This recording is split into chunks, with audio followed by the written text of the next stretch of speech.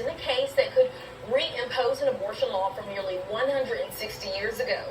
The question is whether that Civil War era law should supersede a less strict 15-week ban signed into law last year.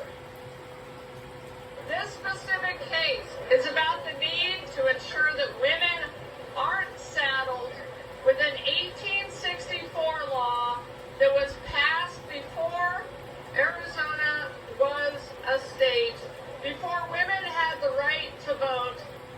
If the court holds the old still applies, it would ban almost all abortions there, with exceptions only to protect the woman's life or her health.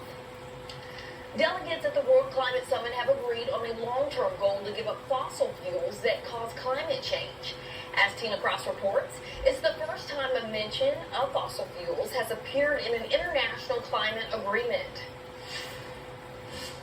It is so decided. Nearly 200 nations have approved a first-ever call for the world to transition away from planet-warming fossil fuels. This is the fastest, simplest, easiest, quickest, cheapest way to be able to make the gains we need to make to reduce the threat to the planet. Climate negotiators struck the deal in Dubai after 13 days of hard-fought talks in a country built on oil wealth. Scientists say emissions from oil, gas, and coal are the main driver of climate change. The U.S. is the second largest emitter after China.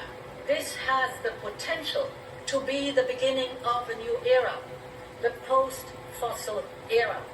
The agreement aims to triple the amount of renewable energy sources by 2030 while relying less on fossil fuels, substantially reduce methane emissions, another potent greenhouse gas this decade, and achieve net zero carbon emissions globally by mid-century.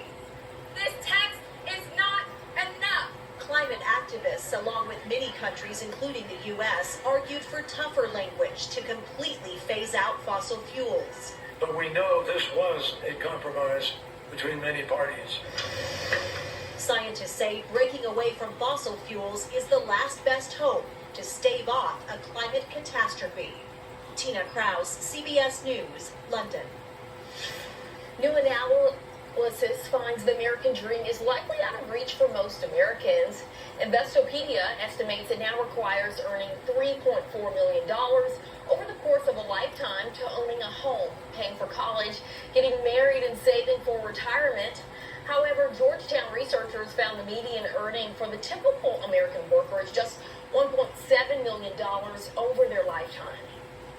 Amazon, Target, and Walmart have announced they'll no longer sell water beads after a federal watchdog said the popular toys poses a threat to young children. The Consumer Product Safety Commission says the tiny, absorbent, expanding toys can cause life-threatening intestinal blockages and even death. We brought these products into our home thinking that they